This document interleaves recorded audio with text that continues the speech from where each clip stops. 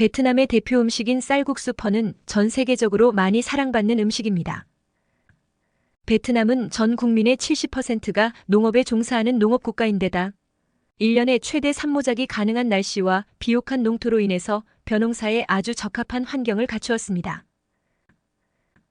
그래서 베트남 사람들은 풍부한 쌀을 이용해 다양한 면 요리를 만들어 왔는데 그중 가장 대표적인 음식이 바로 이 쌀국수입니다.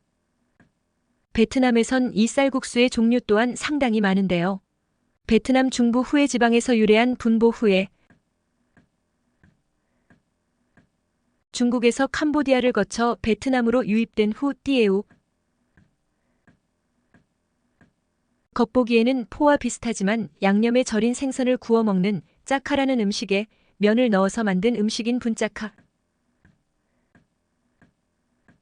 그리고 오늘 소개할 우리가 흔히 접하기도 하고 베트남 쌀국수라고 하면 바로 떠오르는 음식인 퍼입니다. 칼국수 같은 얇은 면발에 소를 우려낸 육수를 부어서 만들며 기호에 따라 숙주나물이나 고추 그리고 레몬 등을 곁들이고 고수를 올려서 먹습니다.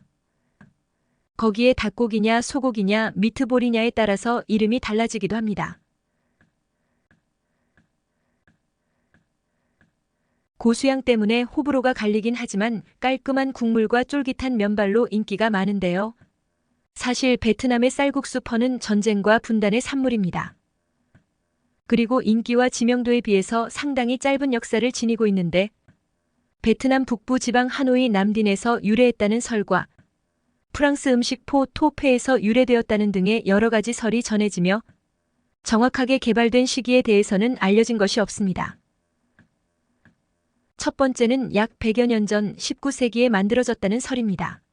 당시 방직 공장에서 일하던 노동자들이 고기 국물에 국수를 말아먹곤 했는데 이것이 쌀국수의 시초라는 것입니다. 사실 두 번째 설이 가장 유력한데 프랑스의 음식 중 하나인 포토페에서 유래되었다는 것입니다. 베트남은 소를 이용하여 농사를 지었기 때문에 소를 먹지 않았습니다.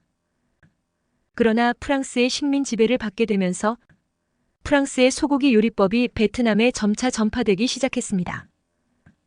포토페의 마지막 글자인 페를 베트남식으로 발음하여 오늘날 쌀국수를 뜻하는 퍼가 된 점, 쌀국수 국물의 조리 방법이 포토페와 비슷한 점, 소고기를 쓰지 않는 베트남에서 소고기를 쓴 점 등이 쌀국수가 포토페로부터 유래되었다는 설에 힘을 실어주었습니다. 남쪽 지역인 사이공의 퍼가 알려진 시기는 대략 1950년대로 알려져 있습니다.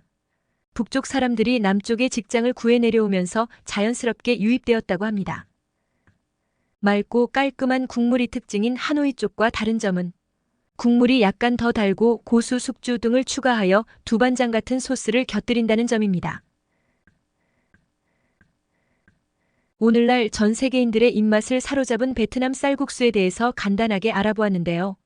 역시 음식에는 그 나라의 기후와 날씨, 그리고 문화와 역사까지 모든 것이 담겨 있는 것 같네요.